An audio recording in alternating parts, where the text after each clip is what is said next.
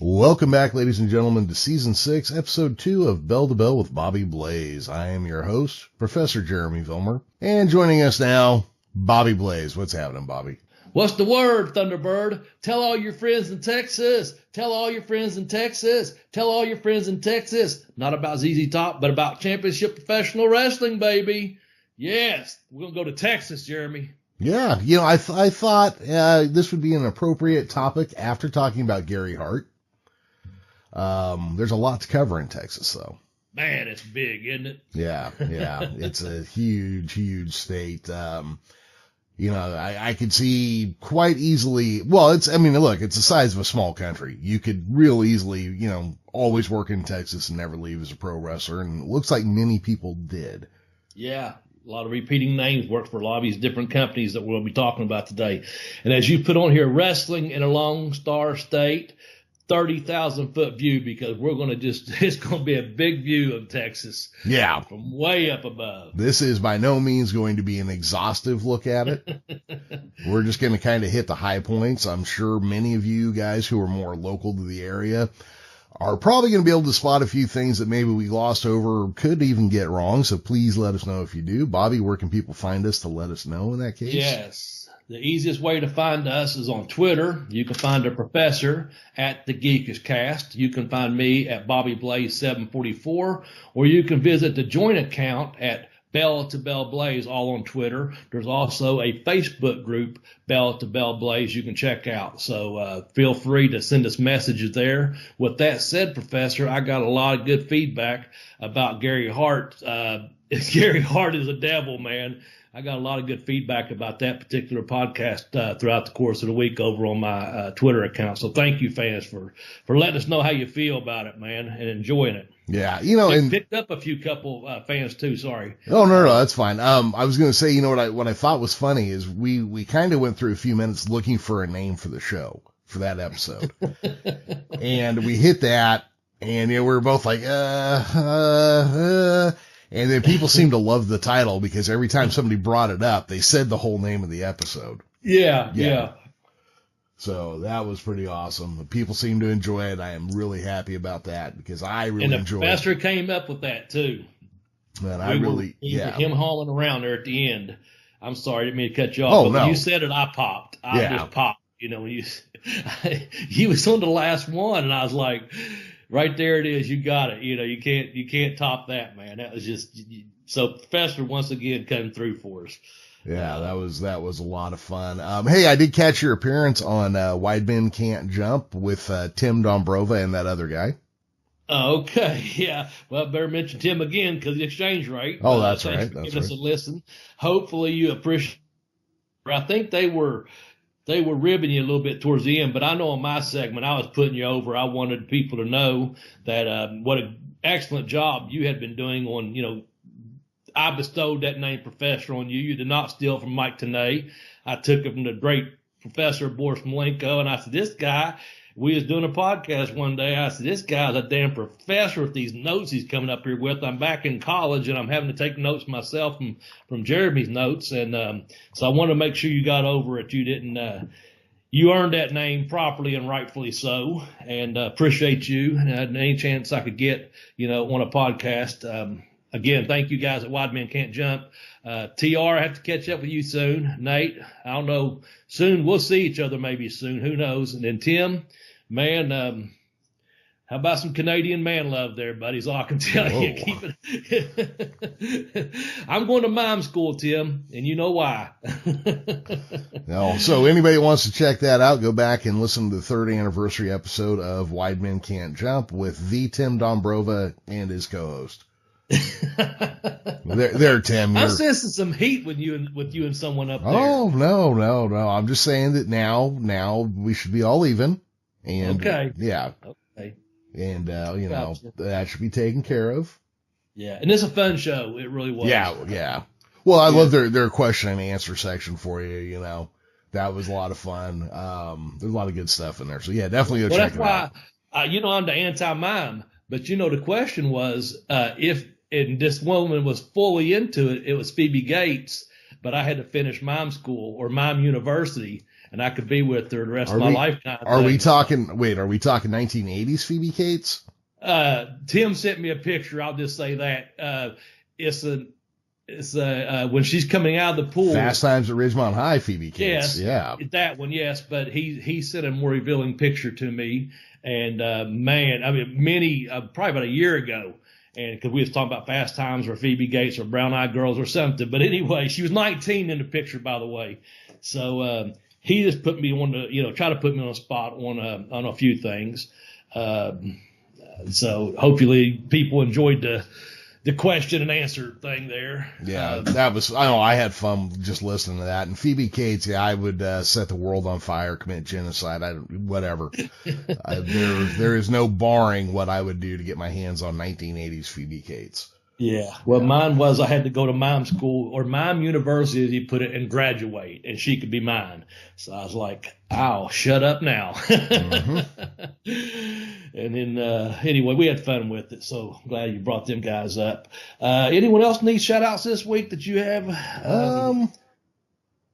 No, I don't think so. I still haven't seen my T-shirts for Championship Wrestling from Ontario. So he doesn't get a shout out for that.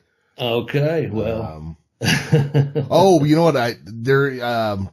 Rock Rims has another book out about Southern California that I guess he's already sold his first printing out all the way on. So if you guys are fans of his, go and hit him up on Twitter because his books are amazing as far as just covering the history of pro wrestling, especially in California. I spoke to him the other day on Twitter. I actually owe him an email. I'm going to be purchasing the Lonestar book, Bad to the Bone. Oh. Apparently he had some in, and he said, that'd be great, Bobby, and hit me up on my email.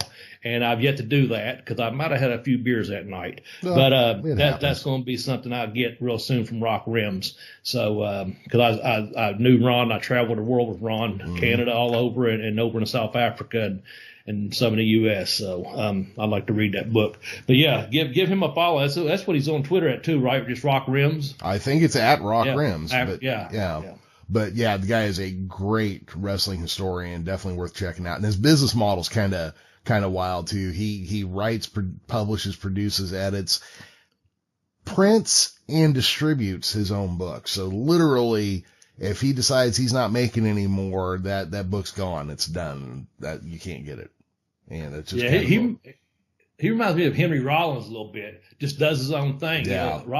He has his own printing company. Henry Rollins does. He prints his own books, markets them, and gets them out there. And does it his way. Yeah, it's pretty punk rock.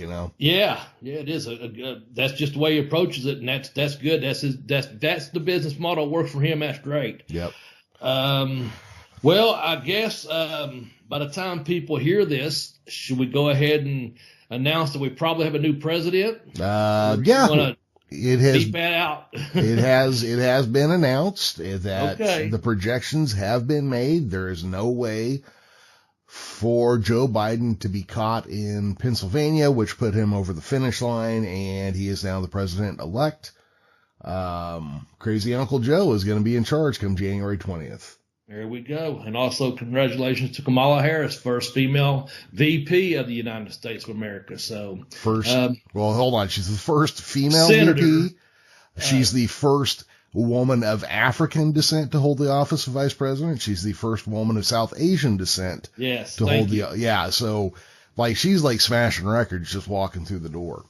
Absolutely. And I'm glad you said that because I was going to go to that, but I wouldn't have been as eloquently saying it as you did. So thank you. And congratulations to both of them. Let's see what the fuck happens now. Ooh, boy. Yeah. Man. The better question, Jeremy, what about the next 70-some days? Well, you don't and go I... into great detail, but we just spoke off air for a hot second there. Are we going to be okay for the next 70 days or not? I sure hope so. But if he is as desperate as we are led to believe, a desperate man can do anything. So, we do live in a democracy. There is some limits on a president's power. Also, look, he's still got to make plans for when he gets out. So, going as batshit crazy as I'd be afraid of probably wouldn't happen, but I've said that probably wouldn't happen to a lot of shit that's happened. So, well, yeah. I just hope everything works out for the best, man. We don't have to go into some great political debates or anything like that. We just want the fans, hey, no, as much stuff we talk about, a lot of this is going to be from the past and stuff. We do stay up on, what's going on in the world. Some of the politics to wrestling to entertainment, as you all know. And if you're a new listener, we don't go into great detail on a lot of, politics and religion and other companies and stuff. We try not to shit on other companies or anything like that. We certainly don't do that. Although we did have one big rant why the WWE hates pro wrestling. But other than that, we didn't shit on them. We didn't discourage them from listening to them or watching them rather. But we just let it know that, they must really hate pro wrestling up there. Yeah. They like that sport. No, anyway, so what do we got on the show today, Jeremy? We're talking about Lonestar State Wrestling. We are going to talk about the state of Texas, the Republic and state of Texas. Texas was first discovered by the Spanish in 1519. Of course, it had been occupied by at least the First Nations people for 10 to 15,000 years before that. It was part of Mexico from 1821 to 1836. It was then an independent republic for 9 years. It joined America, and then the Confederacy, and then rejoined the USA after the Civil War. It's the second biggest state in the Union, both by landmass, compared to Alaska, it is second biggest, and by population, compared to California. Bobby, do you have any stories about Texas from your days out and about? I do have a couple stories from Texas. I'll share one right now. Lubbock, Texas. Wrestled there, and I got to go to one night after show, Vampiro and myself. We hooked up, and we went out to the Buddy Holly memorial out there. It had a big statue of Buddy Holly down toward, I think it's toward the center of town, actually, if I remember correctly. But anyway, that was pretty cool, man, just to do after a wrestling show. And everyone knows Vampiro's into all kinds of different music and this and that, and very talented guy. And he and I spoke, was courteous and professional to each other. Every time we was around each other that particular night, we got to go and hang out at the Buddy Holly Memorial there in Lubbock, Texas. Couple other stories that took place there. I'll tell this one real quick and just kind of get it over with. I flew out to Dallas, and I was supposed to go to Dallas. Dallas to Corpus Christi, and Corpus Christi to South Padre Island, I think. Anyway, so I end up rooming with Chris Adams. So as everyone knows, he's a big star down there in the back in the day. And I stayed with him a couple of days. I had to rent a car in the hotel, so more to the point, he stayed with me. So I think we went to Corpus Christi the first night, and I finished up late. So by the time when I got back to the room, he was already in the room.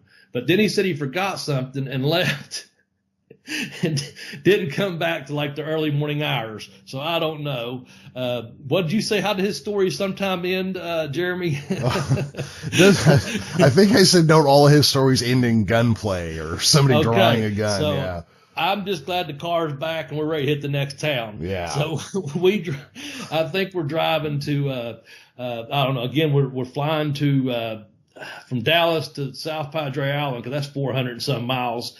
And maybe we're driving from Dallas to Houston. That's 225. That might make more sense. But we're driving in Texas somewhere, and he starts talking to me about his wrestling school and putting it over and stuff. And I just driving down whatever highway it was in the middle of Texas somewhere. And I just look over at him and give him this look. And I said, "Hey, you train anyone famous?" And he gives me this look back. And as soon as the words are out of my mouth, I already know I stuck my foot in it. And he just looks at me and he goes, "You ever heard of a guy named Stone Cold Steve Austin?" And of course, Stone Cold's married to his ex-wife too. And so he starts putting them over, and he said, "Yeah, well, he's married to my ex-wife, and we still speak." And that's the time they children things. I speak to my daughter every day, and we're fine. I said, okay, but then we get to that town, wrestle. I think I mentioned I wrestled Barry Horvitz down there in Corpus Christi or wherever, and Catering was good, of course, because you had some Texas brisket and Oh man, barbecued chicken and all kinds of goodies to eat. But once again, we get back to the hotel. We go back together this time, and he's forgotten something else at the arena. Now, I don't know what he's forgetting both nights, but it is Chris Adams, and may he rest in peace. But we had to leave the hotel the next morning at 7 to catch a flight back to Dallas, Fort Worth. Man, he pulls in like a 6:45. I don't know where the hell he was at, what he was doing, and it's not my business to this day. But I just minded my own business, I'll say that. So I've been to a few places in Texas, but I mostly stayed at the arena, at the hotel, and at the airport, other than going out to the Buddy Holly Memorial, okay? And I'll leave it at that. So that's my Texas stories, and I'm sticking to it, man. I think they could have been far more adventurous and also far worse outcomes. So, yeah. Oh, yeah. I just was, family man. I got to go do my business, have a couple matches, and fly home, man. There you go. That was it. So there's my Texas stories. Now, I know you've probably been to Texas a time or two, so I don't know if you have any stories or not, and those you may not want to share. I don't know. Well, first I do want to say I can get from Buddy Holly to a state of Texas story real quickly, like 3 moves. Ready? Mm-hmm. Buddy Holly, played by Gary Busey in a movie, who played Carl in Barbarossa, which took place in Southern Texas. There you go. Yeah. Man, and I sent you a quote a couple weeks ago, and it was the wrong damn quote. When I read it the next morning, I had copy and pasted the wrong damn note to you. So that's why it didn't make any sense. Okay. I was going to say it was a funny text, but it was not, It did not make sense the way you'd sent it. It would have made sense because of what was going on. And it was the one where Carl says his whole name out loud, and Willie looks at him and says, "You've been shit out of luck since you was born, once your boy." And that's what I thought of, because you was going through something or other, and I was just, my point was, you just been shit out of luck, Jeremy. Yep. So I put that quote there but the next morning I had copied and pasted the next quote down from the movie.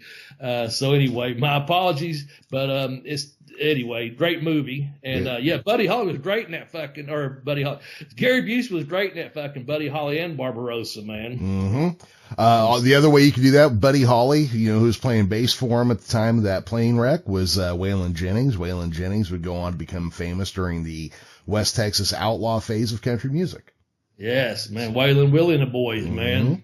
So back in 2000 or 2001, I don't remember which year it was.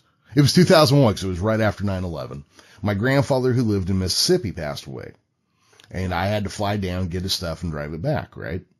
So I drive from the center of Mississippi, Columbus, Mississippi, and I'm driving back to California. Okay, I go through half of Mississippi, all of Louisiana, and I'm driving into Texas. This is my first time in Texas ever, and I was not prepared for how fucking big Texas was. I mean, I just crossed Mississippi and Louisiana in less than a day. I mean, with no problem. And I spent the next week and a half trying to drive across Texas. I mean, it was, so I hit Dallas Fort Worth. Now, years later, my little brother would live in Denton, which is outside of Dallas. And because of this, I know that everything in Texas is an hour or two away. So when you go grocery shopping, you get new tires, get your hair cut, buy a dress. I mean, you do it all on that trip because it's 2 hours to get there, 2 hours to get home. Jeez. But I'm driving through Dallas, Fort Worth. I discover that people from Dallas don't like it called Dallas Fort Worth, and people from Fort Worth definitely don't like it called Dallas Fort Worth. They want it referred to separately, but you can't tell where one ends and one begins. So it's Dallas Fort Worth forever in my mind going forward. Well, I get to Dallas, and there's one thing I want to see, right? Dealey Plaza. You know what Dealey Plaza is, right?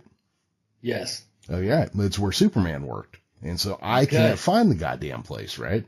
So I give up, and I just start heading north towards Amarillo, I believe is where I was headed, because I wanted to get north and then pick up 66 and head to California. So I'm driving. Like I said, I've been here forever now, and it's getting dark. It's getting really, really, really, really late. And this is when I discovered that people in Texas basically roll up the sidewalks at 7 p.m. And everything's closed. I mean, I've never seen a closed Walmart in my life. I did here. It was, in California, they're 24 hours. But I'm driving. Okay, and I'm driving forever on a 2-lane road in the middle of nowhere, pitch black. It's 1 a.m, so I'm getting tired. And I see lights coming up ahead, right? And I'm like, oh, fucking awesome. Okay. And I get up to the lights thinking it's going to be a city, and it turns out to be like an adult shop in the middle of nowhere or something. Oh, of course. Yeah. Like a lion's den. Yeah. Yeah. And so I'm like, okay, well, I'm not stopping there because I don't want to put my feet on that floor. So I keep driving. I see some lights coming up, and I'm just thinking, man, I'm not falling for this again. But no, it's not like a porn shop. This time it's a giant church that looks like Superman's dad's place back on Krypton. It's just like this giant glass, shiny fucking building in the middle of nowhere. And I'm just like, how in the hell do you go from a giant porn shop to a giant church in 30 minutes, you know? So anyhow, I kept driving, got to a place, rented a hotel room. The rest of the trip was pretty uneventful. But that was my first trip to Texas. Okay. Well, maybe you make a few more trips there in your lifetime, and maybe I'll make it back out there again in mine. Who knows? I know I would like to go out there and visit, but right now I'm not visiting anywhere that I don't have to. I'm staying in and staying safe, man. That's my goal. That's my goal, man. And let's get to this podcast. How about that? Oh, yeah. I forgot what we were doing here. Yeah, we're doing a podcast. You was telling us all about the great state of Texas and the Republic of Texas. And you said we have any story about Texas, and we shared a few. So we're going to go on to about some Texas wrestling here. The way the professor's got this formatted out, we're going to start just in the way we've broken it down. The first one is going to be the formation and founding of the wrestling. Is that correct, Professor? Yeah, the major wrestling companies. Yes, the major ones. Now, keeping in mind, a lot of wrestling is murky, so there are going to be names I've forgotten because I know that Dallas actually started with somebody before Macklemore. But anyhow, we'll go ahead and we'll start, and hopefully if anybody's more knowledgeable, hit us up, let us know what we've left out, forgot, or should have spent more time on. But Bobby, so Texas was a huge area in this country, land-wise, population-wise. It had several growing cities that during the correct time, wrestling seemed to take off in. And we'll start with Houston. There were regular shows starting in 1915 and going into like the early 1920s when a fellow named Julius Siegel began promoting shows, down there. And in 1929, he goes to New Orleans and to promote shows there, handing off his company to Morris Siegel, who eventually hooks up with Paul Bosch, a former wrestler, to help him get through because Morris didn't have a wrestling background. Okay. So that gets us to the start of Houston there. Also, keep in mind that in the early 1930s, there was a petrol boom in Texas, so its economy, coming out of one of the worst recessions and depressions ever, started to pick up early just because of the petrochemical advantage they had there. In Dallas, we had Ed McLemore, who's running shows in Dallas using talent from Morris Siegel in Houston. That started in the early 1940s. He had taken it over from somebody else. Eventually, Fritz von Erich buys into the Dallas territory. This will get us over to Amarillo, founded by a fellow named Dory Detton in 1946. He eventually sold it to a man named Doc Sarpolis, who offered Dory Funk, a name that we'll become very familiar with as we go on here, a chance to buy in. Dory Funk Jr. would eventually take that territory over. And then last but not least, we're going to go to a late addition to the game, the Southwest Championship Wrestling, founded by Joe Blanchard in 1978, headquartered in San Antonio. There were other promotions, I'm sure, scattered about, but these guys are the main players down there. At times, NWA members, not NWA members, et cetera, et cetera, et cetera. So, Bobby, that gets us through the basic foundation and the main players in the basic four territories there. Any thoughts on anything we've covered so far? No, I think it's great. Like I said, you're going to start recognizing a couple of these names. Of course, the Funks and then Blanchard, and of course Fritz you mentioned. So, and Paul Bosch, of course, those were the four main that probably most of our fans are familiar with, going back, our true, wrestling fans are probably more familiar with those promoters or owners at that time. So we're just now starting to really hit our stride, coming into the promoters. Is that correct? Yes, we're going to talk with a little. Those names, yeah. I'm trying to do that segue there. That's some of the main guys that our fans will probably know. We're going to eventually get right to those four core guys, or four groups: Amarillo, Southwest, and then Houston and Dallas. Correct? Yes, sir. Okay. So we'll talk about the people now a little bit here. Morris Siegel, he didn't have a wrestling background, but he was a good businessman, and he surrounded himself with people who knew how to run a wrestling business, Paul Bosch being one of them. Paul Bosch, I believe, was out of Brooklyn originally, and he wrestled up until he had a car wreck, and then he had to take an office position. Bobby, you actually have heard a little bit about Paul Bosch firsthand from some people. Yes, well, that's when I was breaking into wrestling, of course, Professor Boris Malenko, he had a saying about promoters, only two kind, bad and worse, but that's payoff wise, inside joke there. But he said that Paul Bosch, he really enjoyed working for Paul Bosch out in Houston, Texas, because he was known to be a great payoff man and a good promoter. And I heard that firsthand from Boris Malenko, and that was the first promoter, he ever really put over to me. And not that he had any nasty, hateful things to say about anyone else, really. The other thing being a little joke, but like I said, he always talked about what a good promoter Paul Bosch was, and how much he enjoyed working out there, because he was more than fair on the payoffs. And then through the years, I heard more and more of the boys say that too, that actually worked there. So like you said, he knew about the wrestling business, and I guess he really wanted to try to take care of the guys that came in. He wanted to try to keep them there because he was drawing such good houses and doing such good business. Right. It was fair about his promotion, you know what I'm saying? Instead of skimming some or whatever, apparently he done the business the right way and took care of the boys. Exactly. So, I think also, I needed to do a little more about this. Maybe I shouldn't say it, but I think Paul Bosch was also, as far as military service goes, the most decorated wrestler / promoter post World War II. I believe he had Purple Hearts, Silver Star with clusters. I would have to look into a little more. Where did you read that, or did you hear that? Because I think I've read that too in one of the articles. I'm drawing a blank where it's coming from, but I know I came across it about that story. I came across it in an article I read, and I don't remember which one right now. And I also came across it, I'm pretty sure, on his Wikipedia page. Okay. But, Wikipedia, take everything with a grain of salt. Wikipedia should be the start of your research and not the end of it. Yeah. Yeah. Sure. So also, let's see here. I mean, a lot of big names got their start down there. Bill Curry, Fritz started down there, but we'll see as we go. He had a certain way of running a territory that relied on having access to a lot of people in a big area.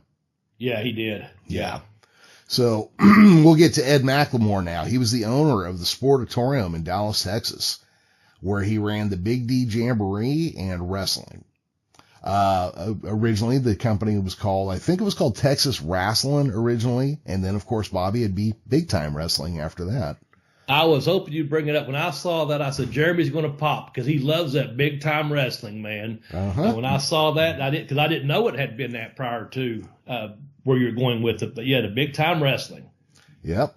Every company, I think if you go far enough in history, you will see every wrestling company was called Big Time Wrestling at some point. Mm-hmm. Much like every masked wrestler is Keiji Muto. But anyhow. Or from parts unknown, yeah. So in 1966, I believe this all happened at the same time, Fritz von Erich, and guys, we're going to use his kayfabe name because they're the Von Erichs. Yeah. In 1966, Fritz von Erich bought into the territory. And in that same year, they broke away from the Houston office. Dallas was not really a full booking office until that year.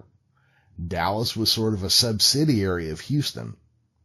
And I'm not even sure how that all works out, because that would be something specific with the NWA territories as well as the local promoters. Yeah. Yeah. And for the record, just so people know, it's 225 miles between Dallas and Houston. And so, you can make a lot of these towns, short trips. I know that's not a short trip per se. 100 miles might be a short trip, but that's where all these guys could still work for Dallas one night, Houston another night, and still, there's some shitload. You go from Dallas to South Padre, you're looking over 450 miles or something like that. But I'm just talking back in the day, if Houston on a Saturday or do a Friday on a Dallas and a Saturday on Houston, that's two pretty good bookings back to back, two big towns, good payoffs, Yeah. For a relatively short drive that could be a lot worse, Of course, 225 back in those days on 2-lane roads too might be a little bit different than it is today. Yeah. Just kind of throwing that out there, why there was so much talent available. There was a lot of talented guys, of course, but there was places they could go and work in the state of Texas. Well, I think even if you mostly, and it's not going to be a true straight line, but a mostly north to south line, you could be in Amarillo, drive for a little less than half a day, be in Dallas, drive for a little bit less than half a day, and you could head over towards like Austin, and then drive for a little bit less than half a day and be in Houston. Yep. So if you had that's a doable loop in a week. I mean, easily. Oh yeah. Yeah. Yeah. I'm sure you've driven further than that, for oh yeah. Absolutely. Yeah. Absolutely. So we'll go on to Dory Funk here now. Dory was a big high school and I believe collegiate wrestling guy in Indiana as a younger man. Yes. And then when he joined the Navy, I guess he had some professional wrestling matches while he was in the Navy. He spent most of his career in Texas, and after he retired, he began promoting with Western State Sports with Dark Sarpalis in Amarillo. I massacre Greek names so bad. Sorry, everybody. But this would be, he bought into that. It was called Western State Sports. Now, when I talk about it, I'd just say Amarillo. I didn't even know it had a different name until this. I didn't either. I always said Amarillo as well.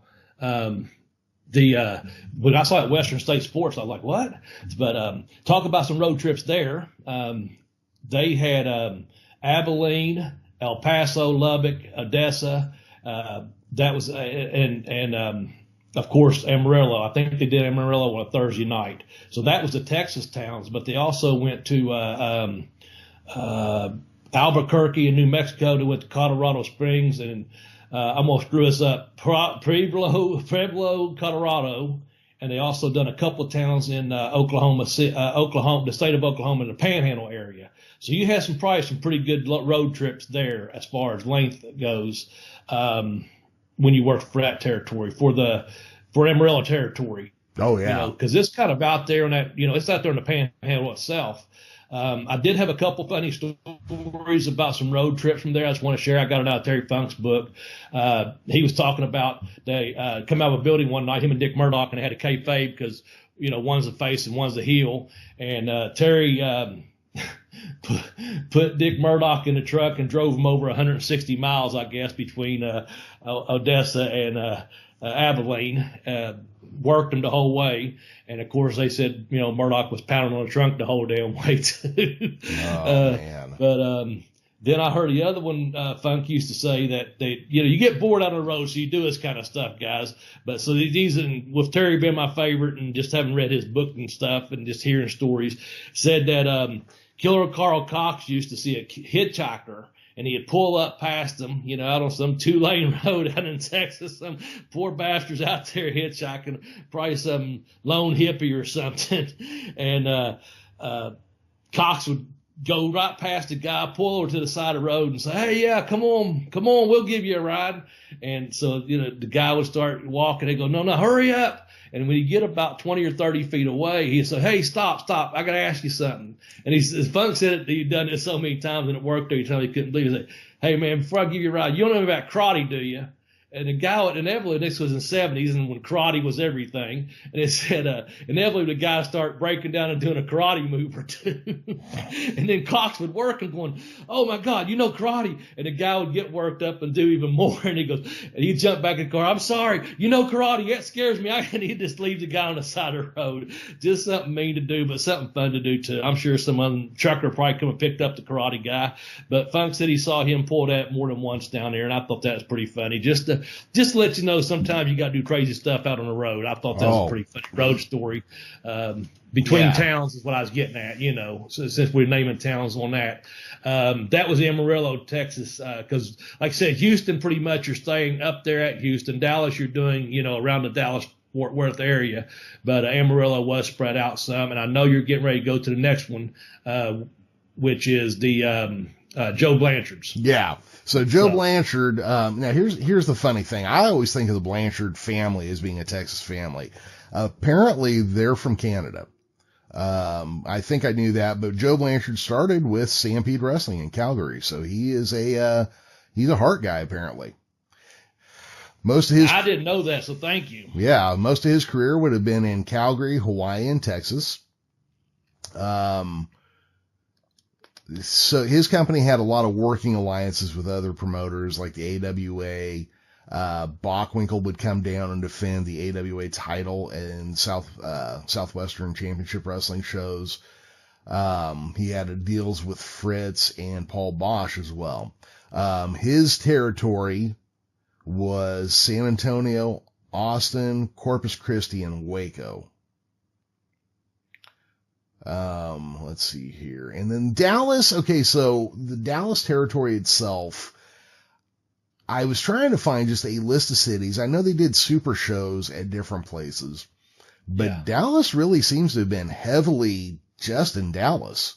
Or just it seemed like hearing the stories has been just, you could go maybe an hour outside Dallas to somewhere, but mostly it's Dallas. That's what I gather as well. The Southwest, just so you know, I want to put this out there. If you want to find some good classic wrestling on YouTube, and of course there's all kinds of wrestling available. While I was doing this one, I knew I had seen a really good match from Southwest that had Dory Funk Jr. versus Dick Slater. That's from 1983. I was doing a deep dive a couple years ago and remember seeing this match. Anyway, there's 3 places, classic wrestling stuff, old school wrestling, and USWA Texas. Those look like the 3 main providers, but if you just type in Southwest Championship Wrestling, they've got a shit ton of footage out there, some really good classic matches. I think our fans will really enjoy them if you have some time. Maybe as winter comes and you're locked in, snowed in or something. I know, Jeremy, you won't be out there in California, but some of our fans might be. Just something to do as the weather's changing or whatever we was talking about before the show here. Spend some time and do a deep dive into, some Texas wrestling, but there's a lot about from a lot of Southwest wrestling on there. Sheep Herders, the Fabs, Dusty's, and Bowie Express, and some we talked about earlier. There was a Murdoch, but also Bobby Jaggers and Manny Fernandez were on some of them tapes, along with, of course, Tully Blanchard. So, Tully, just throwing that out there for you. Okay, so Bobby, before we get on to talking about the talent in these markets, I hear not only are you a podcaster and a podcast personality and a former pro wrestler and a wrestling consultant, but you're also an author. Yes, I've written a couple of books, and I appreciate you letting me talk about them on this show because fans, they do kind of help this show along. And if you'd like, you could help this show too by visiting a couple of tiny URLs the way the professor has them set up. My books are available on Amazon. I have 2 books and several ebooks out there. If you would go to tinyurl.com/blazebook1, that'll take you to my first book. It's called Pin Me, Pay Me, Have Boost Will Travel. And I talk all kinds of just about Smoky Mountain, about WCW, about a little bit in the WWF back then, talk about England, Canada, Australia, just about my travels around the world and some of the people I got to meet and matches I had in the world of professional wrestling. Again, that's tinyurl.com/blazebook1. My second book called I Kicked That on Two, The Educational Wrestler. That is at tinyurl.com/blazebook2. Now, if you go to that using that tiny URL, what it does, it just takes you to the Amazon page. But this program, that's a long, harsh ash there, I said. This program gets a little bit of kickback from it. And I sell a book. I appreciate that. I think I sold 1 book this week, which makes me smile. I appreciate it. I think I know who purchased it, one of our new listeners, and I appreciate that very much. But if you go through the tiny URL, the program gets a little bit of kickback from that too. So Jeremy gets a little bit for the affiliate account to help provide advertising, because we don't make a dime off this podcast, but we are trying our best to do so, make it a first class podcast. So if you want to help in a small way, purchase one of my books. Again, if you want Pin Me, Pay Me, Have Boots Will Travel, go to tinyurl.com/blazebook1. If you want I Kicked That On 2, The Educational Wrestler, go to tinyurl.com/blazebook2, and I appreciate it. I'm sure the professor does as well. Absolutely. And while you're there, take a look at some of his other books that he doesn't talk about on the show. All right. I've got a Christmas book on there that's pretty funny. It took place when I was about 20 years old. It's called Seasons Effing Greetings, and it's pretty funny. It's a little humorous book, little ebook. Got some good reviews on it. And then I've got a short story, Yard Time, which is actually inside of the book itself. I Kicked That On 2, The Educational Wrestler, about having wrestling inside of a prison. And then I've got a book about Megan, my girl Megan. I couldn't talk about Melanie. I was thinking about Melanie yesterday. I really was. I was on my walk and Melanie's name popped in my head. Whatever happened to her? Well, she just walk off over your couch or what? Well, it had something like that, man. She's still around, but just COVID, man. I'm just keeping it myself. But I come in last year from the hospital and she was gone, and so I was like, okay, that's good enough for me. Well, yeah, she was a little virusy, right? Yeah. So the name of this book, though, is called Megan, Hot Wife on a DL, and I didn't want to use Melanie's name in that, but it's a XXX erotic, exotic, adult romance, if you will. It's a short story, and got a few reviews on it too, man. And if you're into that type of thing, at least you're reading.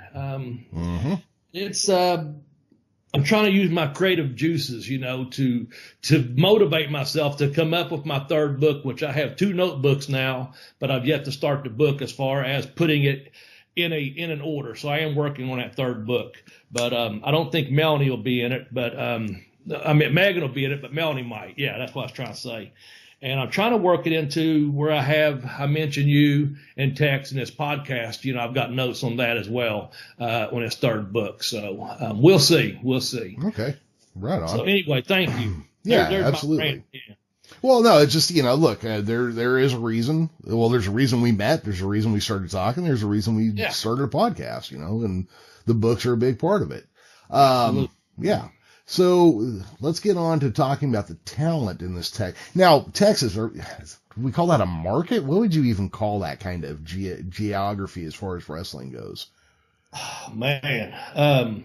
Cause it's 4 territories, but it's also one, because it's a lot of the same guys, but it's also a little bit more because it gets into, like you said, Colorado, it gets into Arizona or New Mexico, it gets into Louisiana. And not only that, but you can't tell me Cowboy Bill Watts wasn't sending shit over and back and forth at some point. Yeah. I think it's just a big state with several territories within that state, almost like like in Tennessee, you had East, you had the Knoxville office, and then you had Nashville, and then you had Memphis, so where Texas is so big, we're just talking about the 4 biggest companies that were there, Hell, I would just say it's just a big territory. And if a guy was in good standing, I would imagine being a self-contractor as a professional wrestler is labeled an independent contractor. I don't think you could probably do, Fritz's TV on a Thursday or whatever and not work his towns. Also, I don't think you could be under contract or however else, working, say, for Southwestern and then show up on the Houston TV. You know what I'm saying? I'm sure there was a way they got to work different for different offices. Let's say that.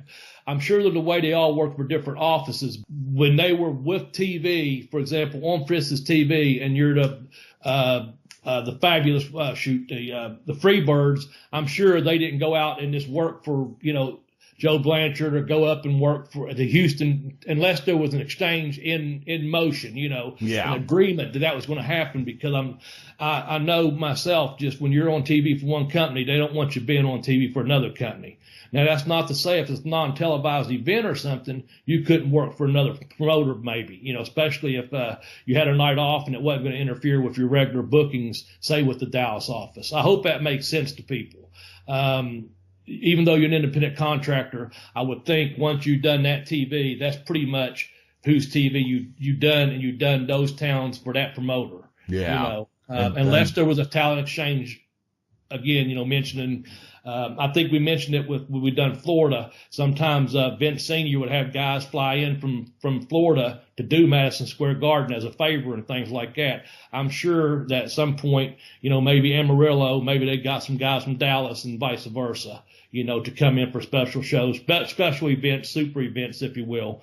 But otherwise, we're just going to say it's a big territory with 4 different territories in it that we know of, even though we come across several other names that were smaller markets out there too. So anyway. Oh yeah, I'm sure for each of these 4, which, like I said, came and went and joined and left and rejoined the NWA throughout a 50-year history, damn near. I'm sure there are outlaw feds we don't know the name of or forgot the name of all over the state of Texas. There would have to be. Yeah, I come across several different little offshoots, people starting their own little companies, businesses, whatever. Yeah. Involving wrestling. Some of the talent, go ahead. I was going to say, we'll go ahead and we'll talk a little bit Houston. So there was a time where Houston basically was the overarching office in Texas, and everybody else kind of booked their talent from Houston. But that became less and less the case. I don't know if it started with Fritz, but it's definitely one of the big shots was Fritz pulling WCCW out. So eventually Houston ends up as a one city promotion who has a very fluid roster because they're using talent from Cowboy Bill Watts, from Joe Blanchard, just from the surrounding areas. Paul Bosch used a lot of the world-class guys. Gary Hart in his book tells a lot of stories about trying to keep the peace basically between Bosch and Fritz and the boys and, the Von Erich kids. And we'll get into this more next week when we talk about it, but there's some entanglements between Bosch and Gino that sure make a rumor or two sound fucking legit growing out of that. Yeah. So then we go up to Dallas where Ed McLemore, he relied on talent from the NWA Houston office until they pulled out. And then, of course, that Fritz changes the name from Big Time to World Class. And then we have his kids in the mid to late 70s break out there. We have their feud with Freebirds. Guys like Gino Hernandez were there. Mm-hmm. Al Perez, you want to tell us a little bit about him? Yeah, we was talking about Gary Hart last week and all the people, if we talk about managers, you're always going to leave someone off the list that they managed through time. I'd forgotten to this week that Al Perez was managed by Gary Hart out there, and Al Perez was actually a Malenko guy. He was trained by the Malenkos way back when, and I've never met Al, but Dean was telling me, I think they're about the same age, to be honest with you, and Dean was telling me about some stuff he was doing. And the time frame lined up was about 89, early 90s, when he was with the WCW then, and also, but he had been out in Texas working with Gary Hart some. So I thought that's interesting just to throw it out there to the devil. Gary Hart is the devil, man. If you enjoyed that episode, he managed about 3/4 of these guys on all these lists at some point. But see, that's what made sense was how Houston done it, and with Gary Hart, doing being an in-between, a liaison, if you will, saying, hey, you want to bring this guy in from Southwest, say, and bring him up for a big show in Houston, so that's what I was getting at.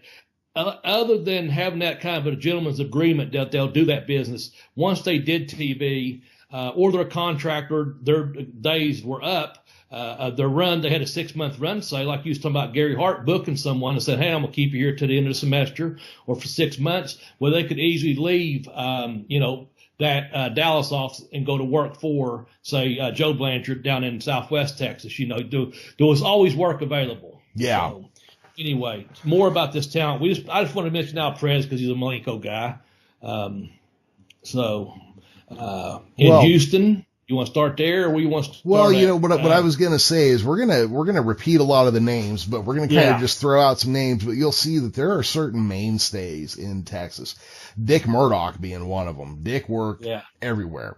Also, we're going to find that there were relationships between some, we don't really think of it that way. Texas is a southern state, but it's also a western state. And we're going to see that there's some crossover between Los Angeles and Southern Texas. Yeah, I like that too. Yeah. Yes. I hope you bring that up. Chris Adams, we're going to, his name comes up in every single one of these companies, I believe. Let's see here. Let's go ahead. Well, Bobby, you want to name some of the Houston people if you want to just pick through the list real quick? Sure. JYD, Kamala came through there. Jake came through there. Bundy came through there. Wahoo. Going on down through there, Murdoch, of course, Johnny Valentine, Bill Curry. I know Malenko worked there in Houston, as mentioned. Just kind of going through some older guys here. Danny McShane, Nick Bockwinkel, and Sputnik Monroe. Yeah. Later on, the Rock and Roll Express, the Midnight Express, Gary Hart as a wrestler. He come through the wrestler. Just a whole bunch of people, a new team, way back when the Blade Runners, Sting and the Ultimate Warrior came through there. So, again, all these names are names that, we've repeated probably over and over. Trying to look for him. Fritz had worked there, of course, like we talked about. Yeah. Oh, Hacksaw Duggan. Had worked there. I'm sure he probably come over from when he was working for Watch, I'm sure. town exchange, if you will, whatever. So I named quite a few there that worked for it. Also, I saw an article that said Paul Bosch tried to bring in he wanted to bring in some New York, say some Bruno, and the people didn't like it. They didn't want that the star from New York coming in. They wanted their Texas stars, if you will. Like I said, the crossover, though, I found it interesting, was the guys from L.A. early on, the guys is doing cross-promotion between L.A. and working in Texas as well. I thought that was pretty cool. So, anyway, there's a lot more talent I'm sure I'm leaving off of there. But that's some of the Houston talent that came through. Yeah, and like you said, like you see there, Houston used a lot of just the surrounding talent at some point where they're just like, hey, Cornette, can you bring in the Midnight or, whatever? Yeah. Let's talk a little bit about Amarillo real quick here. Bob Backlund, Killer Tim Brooks, Cyclone Negro. Stop right there. Hold on. I want to say yes. Early on, that was one of the first other names I heard in wrestling was Killer Tim Brooks. And I was so glad to see him on this list. But I'm not surprised he didn't work for all these companies. It seems like, I know he worked for the Sheik at some time or another, but this Killer Tim Brooks, man, it seemed like he must have worked for everyone in Texas. And so, excuse me for abruptly interrupting you. Yeah. I was just waiting for you to get to that name, though. That's a name I heard for years when you talk about Texas wrestling, man, was just Killer Tim Brooks. Oh, yeah. So anyway, go ahead. Now, I got a little story about the Funks because, obviously they worked in Amarillo. I got one more thing to say about that. But I was going to say, keep on going down through there. Killer Tim Brooks is like the Farmer Burns of Texas in his day. There you go. It's that name that you can't escape. And for 10 years, you're like, well, who was this guy that I keep hearing about? And finally you dig in enough, you're like, oh, I get it. I'm going to skip over the Funk so you can tell your story about them. Gory Guerrero, Swede Hansen, Rip Hawk, Judo Gene LaBelle, Wahoo, Sputnik Monroe. Sputnik was all over the place in the South at that point. Oh, yeah.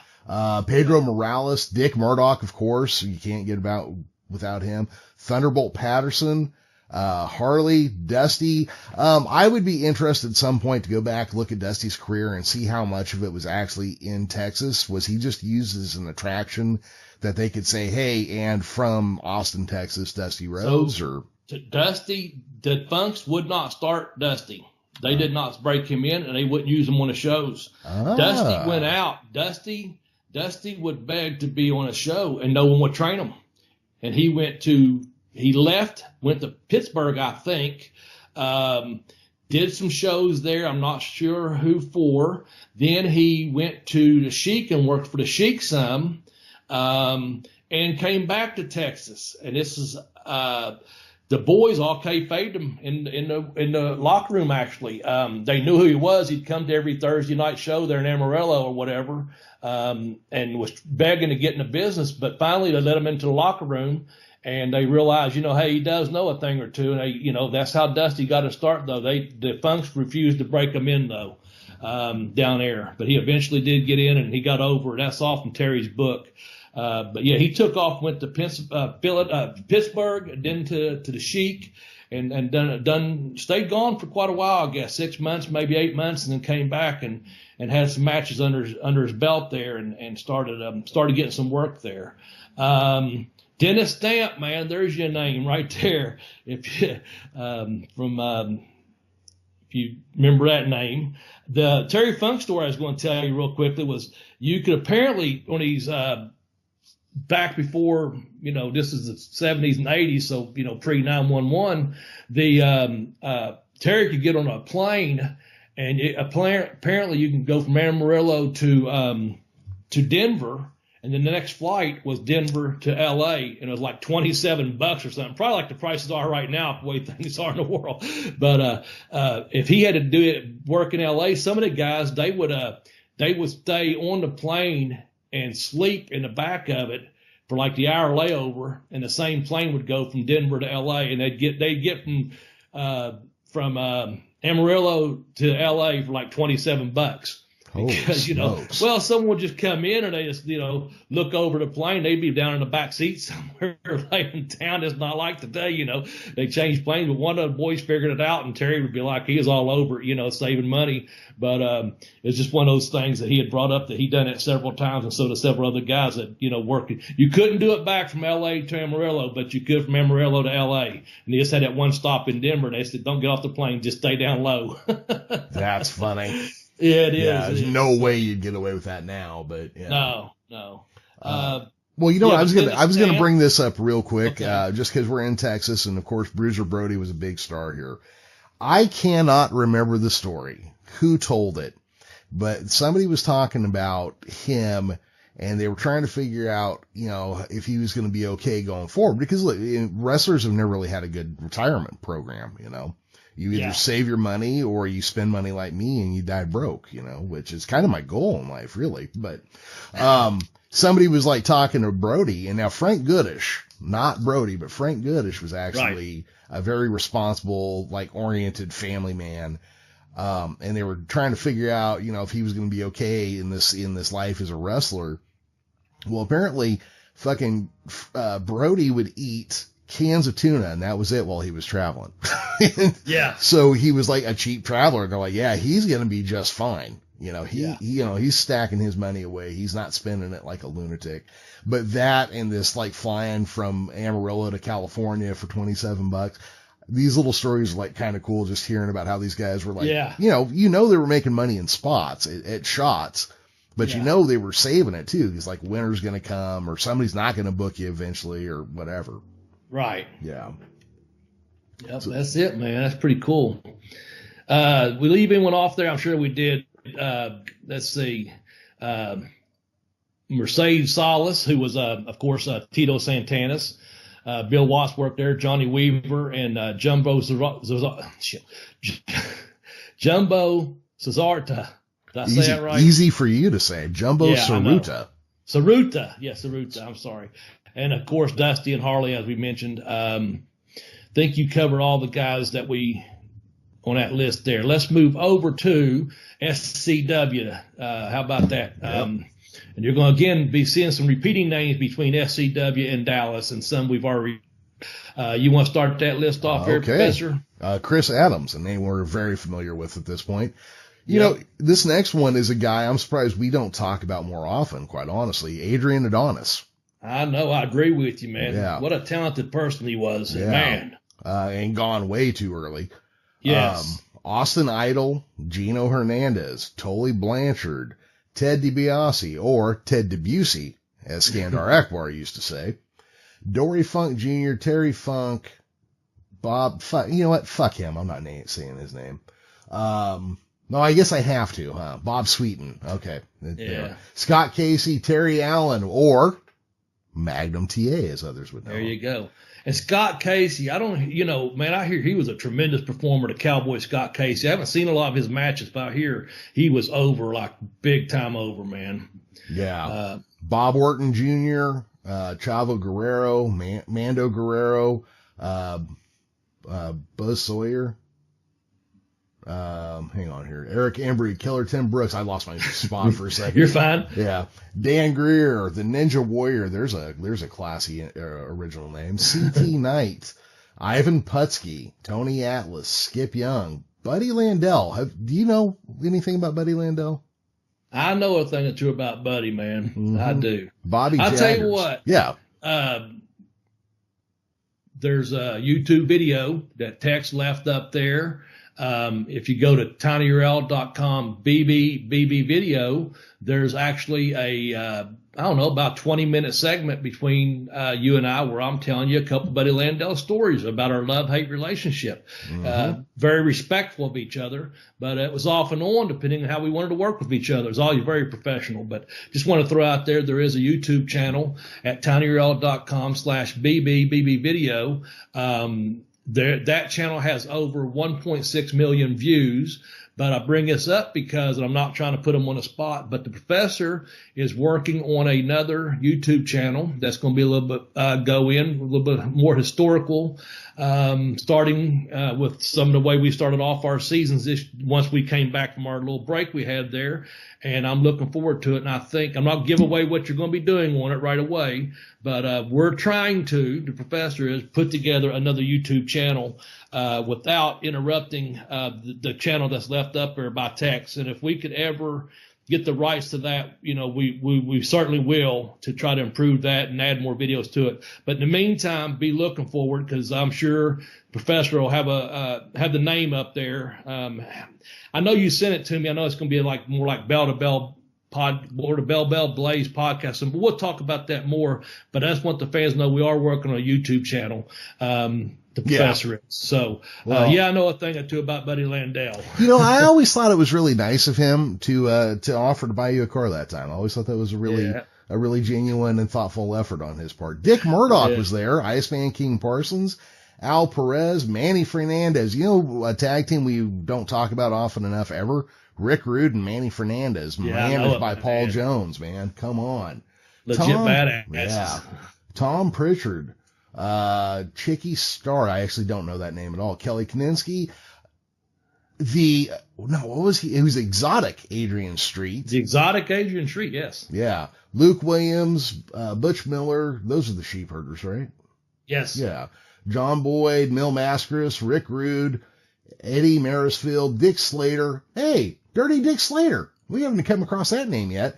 Nick Bockwinkel, Hacksaw Jim Duggan. Obviously Cowboy Bill Watts had his finger in this pie from somewhere. Yeah. Oh yeah. Hey, look, a whole other page I forgot about.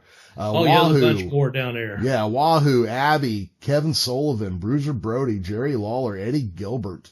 Another favorite of mine that we don't get around too often enough. Tito Santana, The Sheik, Baron Von Raschke, who looks like an alien. I think that freaked me out. Ron Sexton, Tank Patton, Tiger Conway Jr., Rudy Boy, Gonzalez, Lynn Denton, Tony Anthony, Ricky Santana, Manny Villalobos.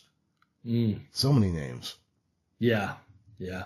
Back up here at Tom Pritchard there, I wanted to, I think if I'm not mistaken, Tom's a great guy. If anyone comes up to see, talks to Tom in the near future, tell him Bobby Blaze said hello. I think the world of Doc. I think he got his start over there at the Houston office with Paul Bosch, working in the office there, if I'm not mistaken. And always a big fan of wrestling, and he knows a hell of a lot about Houston wrestling and Texas wrestling. I'm sure I'd like to hear more about some of the stuff he knows. He's probably forgotten more than I ever know about Texas wrestling. One of the other names I'm glad you brought up, and I know it'll come up again on our next one, but Iceman Parsons, that name will come up on another list, of course.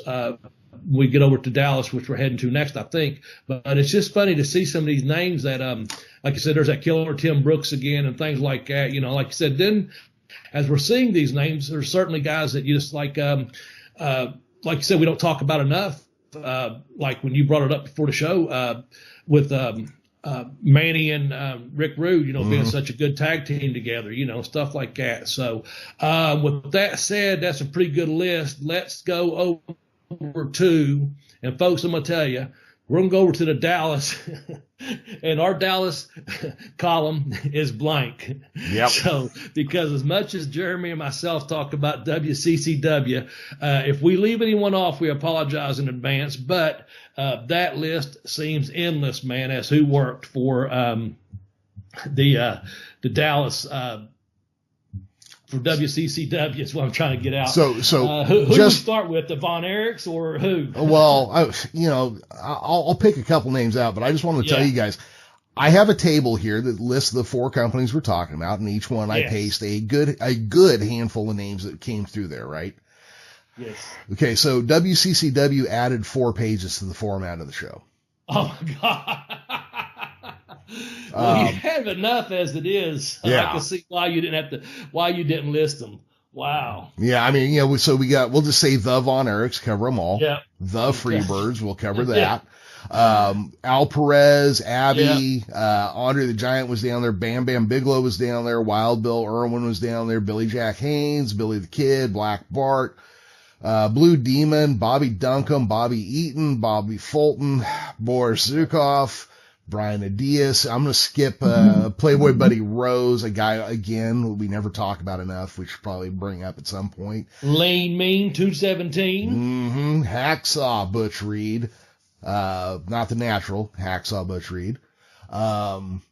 Chris Adams, of course. Dingo Warrior, who would go on to become the Ultimate Warrior. Brutus Beefcake. Dory Funk Jr. El Santo. Let's see. Great Kabuki. Great Kabuki, yeah. Gary Hart, of course. Gene Anderson. Gino Hernandez. Harley Race would go through there. Jake Roberts. Jeep Swinson. Jeff Jarrett, much later in there. Jerry Lawler, again, later, but definitely. Cornette. Yep. Powers. The Midnight Express went through there. Jimmy Garvin. Superfly Snuka. Johnny Valentine, Jose Lothario, Jules Strongbow, JYD, Kamala, Kelly Kaninsky, Kevin Sullivan, Killer Khan, Killer Tim Brooks, King Kong Bundy. I'm just at the K's, people. Mark Lewin, Mark Youngblood, Michael P.S. Hayes, already covered him with the Freebirds, but I like saying his name, the Missing Link, Missy Hyatt. I can never leave Missy Hyatt out. One Man Gang, Flair, Tony Atlas, Jesus Christ, Terry Baby Taylor, Doll and Precious. Baby Doll and Precious, Steve Austin, Rick Rude, Ron Starr, Shawn Michaels, Scott Casey, Skandar Akbar, The Spoiler, Stan Hansen, Stan Stasiak. Okay, you know what? I'm giving up. I'm throwing them down. Yeah. You're going on for 4 pages there. Yeah. All right, so that's the talent, folks, that you can imagine through Texas. So Texas had all those companies had good rosters, and they were interchangeable. And as you could tell, Watts from Mid-South, they did some business with each of those offices at some time or another. Also, out of L.A., they obviously, was sending talent back and forth between L.A., some of those bigger stars working there as well.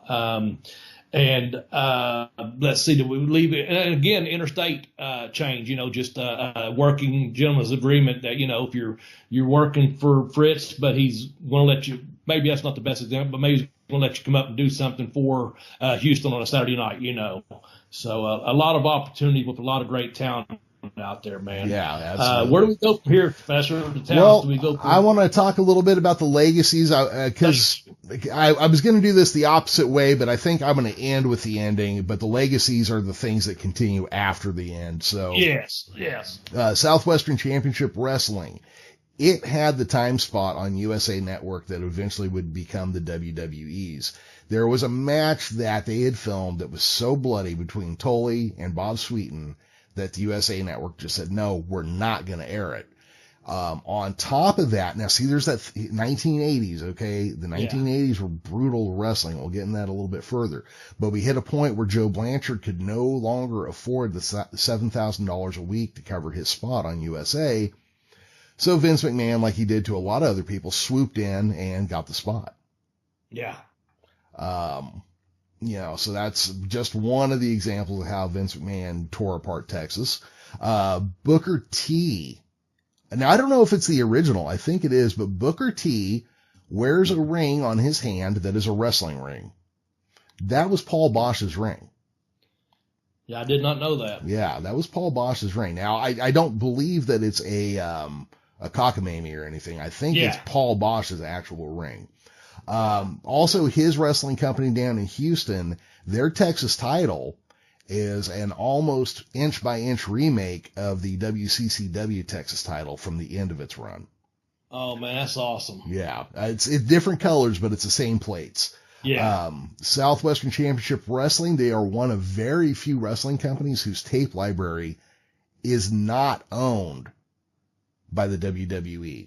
Right, and that must be how I found those three companies that put them out on YouTube. Yep. Also, the other legacy we have of Southwestern Championship would be the Blanchards, Tully and Tessa Blanchard. Tully is playing a great manager's position over in AEW. It's like he was born to be a prick heel manager. Yeah. And then we'll talk a little bit about World Class here.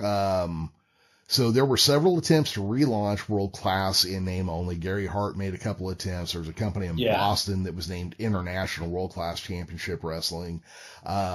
Kevin's Sons are a tag team in MLW. So they are still in wrestling. And Carrie's daughter, her name was Lacey, I believe. Yes. 10, 15 years ago was in TNA/Impact as one of the beautiful people in its original incarnation. And shockingly, I know this is going to stun everybody, Kerry Von Erich's daughter was gorgeous. I mean, who could imagine that, I'm sure Kerry's wife is beautiful. Kerry was a good looking guy. So who can imagine that he'd have a daughter who was so stunning? Yeah. Shocker. But there's a lot of legacies. I mean, just the companies, the people that came out of there. A lot of people say Paul Bosch is responsible for creating, I believe it's mud wrestling. I saw that. Yeah. Yeah. And Paul Bosch, Jim Ross has said that wrestling owes more to Paul Bosch than anybody will ever know. So just between the families, the actual wrestlers that came out of the territories there, the channels, the way of setting up their TV shows, things like that. Just Texas has a great legacy in pro wrestling. Yeah. And then this is the last one. Now, Bobby, I laid this out in chapters like I always do, but we're not doing it as a top 10 list. Right. But I always give them a little subtitle just so we'll have an idea of what the topic is. Yeah. And this one, our last spot, I called it the Graveyard of Empires. I like that. Explain it to me, please. Yep. So there was a thing. Afghanistan is often called the Graveyard of Empires because these vast empires will go in to try to take it over and just get bogged down. And often they get so bogged down that it bleeds them out militarily and financially. It happened to Russia. It happened to Alexander the Great. It happened, I believe, to the Mongols. It almost happened to us there. So I noticed as we were going through, and I've said before, like 1980 was this year. It's like the year that the meteor struck and killed all the dinosaurs almost for wrestling companies. Yeah, you've talked about that before. Yeah, something happened in 1980, 1981 where just like wrestling companies started dying. But I noticed that there's a different thing as well here with Texas. Yeah, the 1980 thing hit. But also, like, Jim Crockett bought Bill Watts, moved an office to Dallas, and the next thing you know, Jim Crockett's broke and having to sell to Ted Turner. Fritz ran what was one of the most successful wrestling companies ever, and then it just nosedived and disappeared. Went what? Basically, that one went what? Try to join the AWA.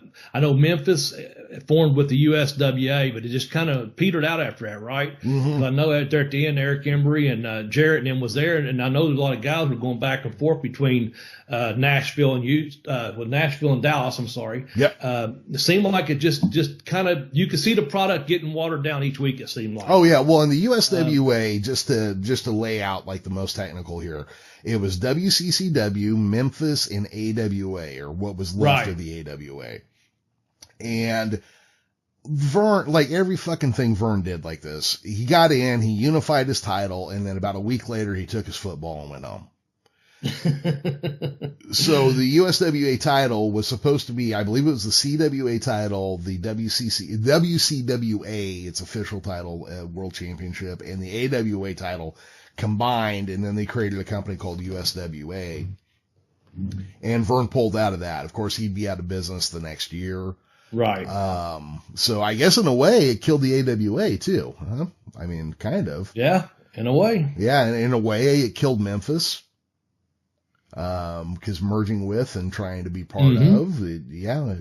So I just, is there something? The graveyard of the empire, graveyard of empires. I like that. I don't like it that it happened, but that's what's happened. Yeah. Houston, same thing, right? Vince got that slot. Well, so Houston ended Saturday night shows there on, I guess. Well, and like Houston, in the 80s, everybody decided they were going national to try to compete with Vince. Houston not having its own roster or, its deep pocketbooks like it used to run, he was relying on the businesses of the people around him. So one by one, as Vince picks those off, that just hollows Houston out. And I'm trying to remember here. I got to go through this real quick. After a 4-month partnership with the WWF, Bosch ended his career by promoting a retirement show on August 28th, 1987, in front of a sellout crowd of 12,000 fans, effectively ending Houston wrestling promotion / territory. During the show, then U.S. Vice President George H.W. Bush honored Bosch via telegram. And I believe Paul Bosch was pushed out. Basically, I believe Vince pushed him out eventually. I think I've heard Bruce Pritchard tell a story where it kind of leaned that way. I was trying to say that in a way where I'm not making an accusation, but there's really not a way to say it without making an accusation. Yeah. So something between whatever it was in 1980 that just killed wrestling companies left and right, something about the state of Texas, and something absolutely Vince McMahon and the WWF did just murdered companies in the mid to late 80s, just shut them down. And so we're kind of left with just the legacy of Texas at this point. Now, I'm sure things are going to change. Things will come around, and things always do revert to the mean. But, I just, that as I was looking at how to end this, Graveyard of Empires is what came up. Well, that's a good way to end it, I think. I hope that everyone's enjoyed this 30,000 foot view, 30,000 mile view, if you will, of the deep dive into the Republic of Texas. Professor certainly had his thinking hat on here and pulled up some really good stuff. There's so much we could have talked about. Again, as we took a large view. There was Global was there. There's different companies. We didn't, we talked a little about the USWA there at the end, but we try to keep the focus on the heyday of the big four companies. Again, if you want to hit us up, the Facebook page is Bell to Bell Blaze. There's also the best way though for me is on Twitter, and there's Jeremy has his Twitter at the Geekish Cast. I'm at Bobby Blaze 744, and a joint account is Bell to Bell Blaze. And that's on Twitter, and that's the easiest way to hit us up. And let us know what you think, man. We always appreciate the feedback. In fact, I heard back from a listener this week that said he left us a 5-star review. Like I said, and I also know a gentleman that said he purchased a book this week. So, it's good stuff when we hear from you fans. Anyway, good or bad, leave us a review. Just be fair and honest with your review. That's all we ask. Of course, wherever you're listening to us at right now is where you're hearing us at. I see the reviews that are on iTunes, and I appreciate them very much. They've all been, we got a lot of 35 or 37 5-star reviews. I know one is a 1-star review. I don't see it, but apparently the professor has seen it, has chapped his ass. So don't piss the professor off a 1-star review. But no, in all seriousness, man, I appreciate this week's episode because we took a deep dive into Texas, and the way the professor laid the notes out, man, it's just once again, thank you very much. Just like I said on the other podcast, got to put you over, man, for doing your homework and helping to get this out here. Now, this podcast, you'll be listening to it on Tuesday, as always, and download it as quick as you can, and tell Tell a friend and tell a fan of wrestling if they want some old school, just two guys that get on here and talk and do some research to it. We do some fact checking and let them know we're out here, man. And Professor, I'll let you close us out here, man, because I have a lot more to say other than thank you very much, man. And wrestling fans, take care of yourself. Be safe out there, man. Take care of your friends, families, and neighbors, but take care of yourself also, okay? Okay, and with that being said, I just want to wrap up. This show was also sponsored by Private Internet Access, a VPN company. You can try it out risk-free for 30 days. Less than $3 a month when you buy 3 years in advance, or 2 years in advance, you get 2 months for free as well. You go to tinyurl.com/blazepia. And Bobby, there's something I've always wanted to do, and I figure while we're in the state of Texas, this is the time to do it. Okay. If I can just get back up here.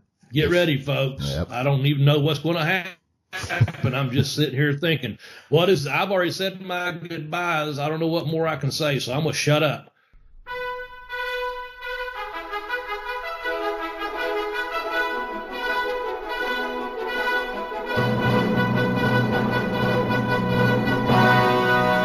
Fiery horse with the speed of light, a cloud of dust, and a hearty hi-yo silver, Bobby Blaze. Hi-yo silver away with his faithful podcasting companion, Jeremy. The daring and resourceful wrestler of the old days leads the fight to preserve the memory of the great days of pro wrestling. Bobby Blaze rides again. Return with us now to those thrilling days of yesteryear. And with that, I bid you all adieu.